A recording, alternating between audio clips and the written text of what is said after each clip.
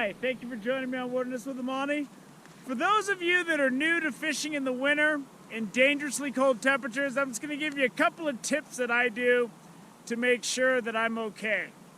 The first is, I always have my sleeping bag. I got a sleeping bag and pad because I always take a nap, but I always have this in my car.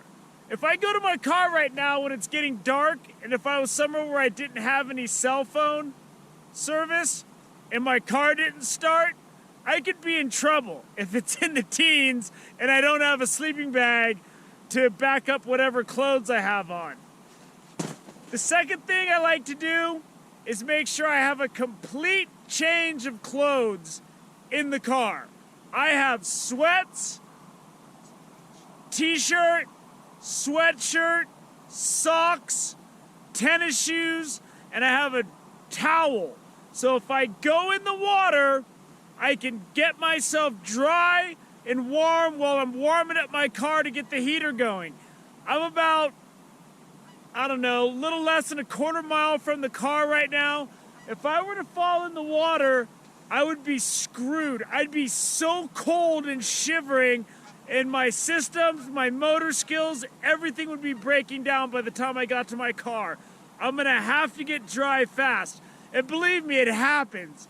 One time I was fishing at Lake Crowley with a couple of my buddies years back, and I was standing on this rock casting a lure, and all of a sudden I lost my balance and I went in.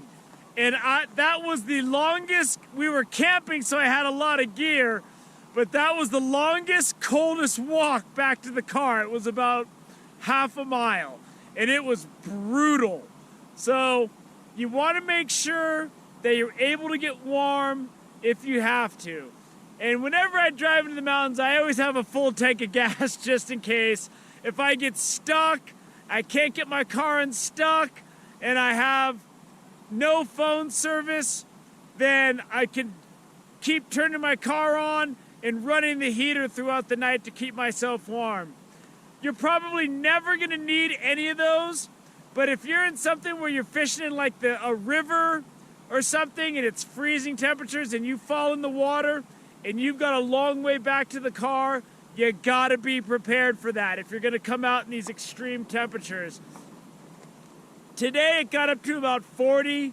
It's down into the 20s now. When I got here, it was 15 degrees. Those are dangerous temperatures if you get wet.